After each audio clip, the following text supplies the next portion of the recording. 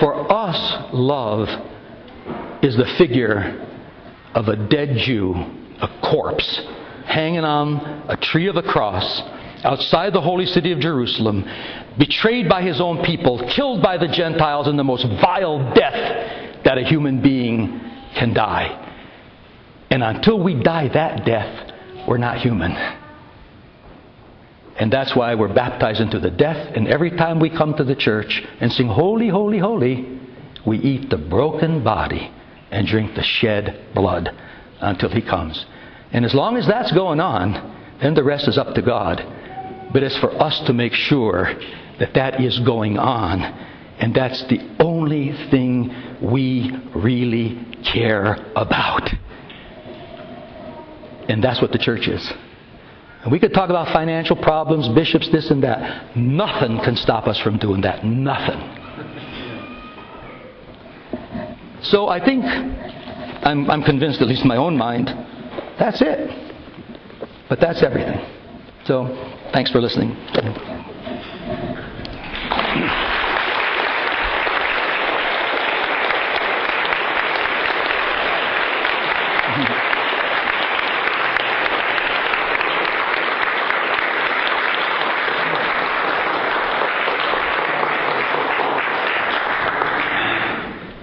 So do you want to have some give and take a little bit?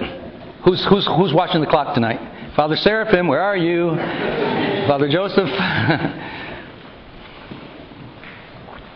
Father Hopko, yes. Nicodemus of the Holy Mountain, said that one of the great temptations snares of the devil was preoccupation. And I think that you summed that up very well tonight. Well, what's your name?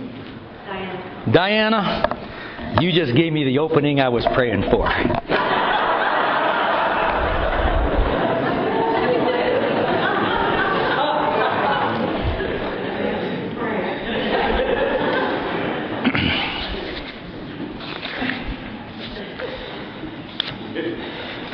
In the arena, St. Ignatius Branchaninov claims that he can't find a monk in Russia who's interested in God or his neighbor. They're interested in everything but. He spends the first 50 pages of this book trying to convince monks that their rule is the commandments of the gospel. Yeah, he does.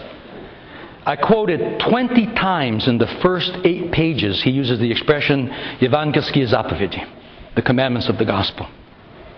And then he has, and it's written for monks, it's called An Offering to Contemporary Monasticism, written in 1867. And he describes how the devil gets them. And he's describing monks, but I think it could just apply to every single one of us in this beautiful cathedral right now, especially those of us who are wearing cassocks. I'm just going to read it to you. He said, "Look, brethren, look what the devil is doing, has done, and will do. Leading the mind of man from the spiritual heaven to material things, chaining the heart of man to the earth and earthly pursuits and earthly occupations." Postmodernism says, after modernism, there isn't anything else anyway. There's nothing but. You can think it's a neurosis. I mean, I forgot to mention the revolution not only of Darwin and Marx, but of Freud. We were all the products of, sexual libido because of how we were treated in our mother's womb or something. Well, there's a lot of truth to that. But if it's nothing but that, then he says, "Look and be alarmed with a healthy fear. Look and beware with necessary soul-saving caution." Then he starts. "The fallen spirit busied certain monks with obtaining various rare and costly things. Then by attaching their minds to these things, he estranged them from God." How much did your gear cost? How much do these icons cost? Where are we going to get the money for that? Others he employed in various studies and arts. Where's Vladimir? You're the arts and I'm the study. Theology, economics, whatever. Anything, so long as the aim was earthly. Then, having drawn all their attention to passing studies, he deprived them of the vital and necessary knowledge of God that is given in our church through prayer in the heart. Others he employed in obtaining for the monastery various improvements: buildings, cultivation of flower gardens, kitchen gardens, pastures, meadows, cattle breeding, dairy farming, and forced them to forget God. Ani zabrili Boga, ani materiali obras. They forgot God. They lost the image. And he's talking about monks. Others he occupied in decorating their cells with flowers, icons, pictures, making fine furniture, prayer ropes, rosaries, and withdrew them from God. As one of my friends says, how many people there are today who are interested in the Jesus prayer? But very few are interested in Jesus and prayer. Others he attached to a lathe and taught them to ignore and neglect God. Others he taught to give special attention to their fasting and other bodily exercises. And he's got a whole chapter on bodily disciplines. And I'll just summarize it to you in 3 sentences. He says this. He uses the parable of the sower. He said, you can't bring those seeds down into the garden and you can't make them grow. Only God gives them, and it's grace, and it's the irrigation of the Holy Spirit that makes them grow. But what you can do, and this is where asceticism comes in, you prepare the soil.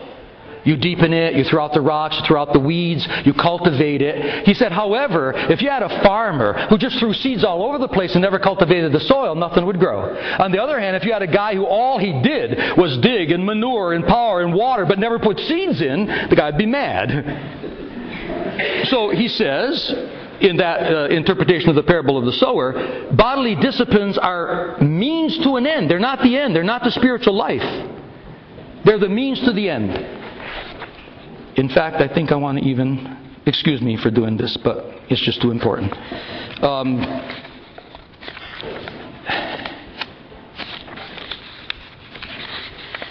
I want to read you what he actually says there, so you'll know that I'm not making this up. And so he says that the bodily disciplines is only the cultivation of the soil. And he said, like St. Seraphim of Sarof, our patron said, the spiritual, religious, Orthodox life is not about fasting, praying, and going to church and standing and lighting candles. It's about the acquisition of the Holy Spirit. But all those things are a means to the end, but they're only a means. So Ignatius says this. He says, bodily discipline is essential in order to make the ground of the heart again, the heart, fit to receive the spiritual seeds and bear the spiritual fruit. The spiritual seeds are the words of God. The spiritual fruit are the fruit of the Holy Spirit. St. Seraphim again. Love, peace, joy, patience, kindness, goodness, gentleness, fidelity, and self-control. And I was very impressed that one of the young girls the other night knew that. Galatians 5:22. He said, to abandon or neglect bodily asceticism is to render the ground unfit for sowing and bearing fruit. Excess in this direction, or putting one's trust in it, is just as harmful, now listen to this, and even more so than neglect of it. He said, neglect of bodily discipline makes people, men, like animals. And Chrysostom would say, don't say that, Ignatius. Animals do what they're supposed to do. Who gives free rein and scope to their bodily passions. But excess makes them like devils, and fosters the tendency to vanity, pride, and the recrudescence of other passions of the soul. So then he says, those who relinquish bodily ascetical discipline become the subject of gluttony, lust, porneia, anger, greed in their crudest forms, peepees. Those who practice immoderate bodily discipline or use it indiscreetly or put all their trust in it, seeing in it their merit and worth in God's sight. We stand long in church and we don't sit down and we fast 2 days a week and even others and we do everything. We're Orthodox, right? It says, leads them into, listen to this, makes Romans 1 look like a kindergarten. Vainglory, self-opinion, presumption, pride, hardness, and obduracy, contempt for their neighbors, detraction and condemnation of others, rancor, resentment, hate, blasphemy, schism, heresy, self-deception, and diabolical delusion. Preles. And then he goes on in another place, and by the way, in this book, to speak about psychic zeal. That's not pneumatikos, but psychikos. Not duchovny, but dushevny. And he says it makes people just irritated, angry, judgmental, legalistic, but they think they're zealous. And then he quoted Romans 10, chapter 1st verse, where Paul says about certain Jews, I bear witness to them that they have a zeal for God, but it is not katepignosin, it's not according to knowledge. RSV says it's not illumined. And therefore, in their zeal, they replace the righteousness of God with one of their own. So he's really down on animal zeal too.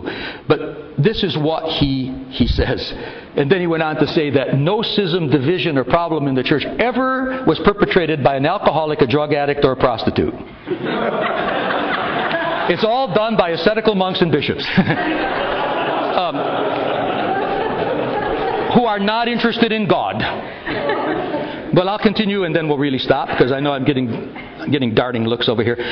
Others he taught to give special attention to their fasting and other bodily exercises, and listen to this sentence, and to attribute special significance to dry bread, mushrooms, cabbage, peas, and beans. That's what they worship. And in this way, sensible, holy, and spiritual exercises are turned into senseless, carnal, and sinful farces. The ascetic is corrupted, reduced to carnal, falsely called knowledge, conceit and contempt for his neighbors, which snuffs out the very conditions for progress and holiness and provides the conditions for ruin and perdition. Others he inspired to attach an exaggerated importance to the material side of church services, while obscuring the spiritual sides of the rituals, thus by hiding the essence of the Christian faith from those unfortunate people and leaving them only a distorted material wrapper or covering, he enticed them to fall away from the church into the most foolish forms and clouded perceptions, into heresies and schisms. So that's what happens when you don't exercise asceticism with theocracies, with discernment. And St. Anthony the Great, in his sayings, he said, many monks have achieved asceticism, but very few have discernment, and they remain far from God. And Syncletica, because we have to have equal opportunity in the postmodern world, Amma Syncletica in the desert said, for a monk or for a Christian, obedience is higher than asceticism, because obedience leads to humility and asceticism leads to pride. She said it. I didn't. So, but this is what we have to do. But we're walking a narrow path because it's got to be about God. It must be about God and nothing else but God. So I think we better stop. Yeah.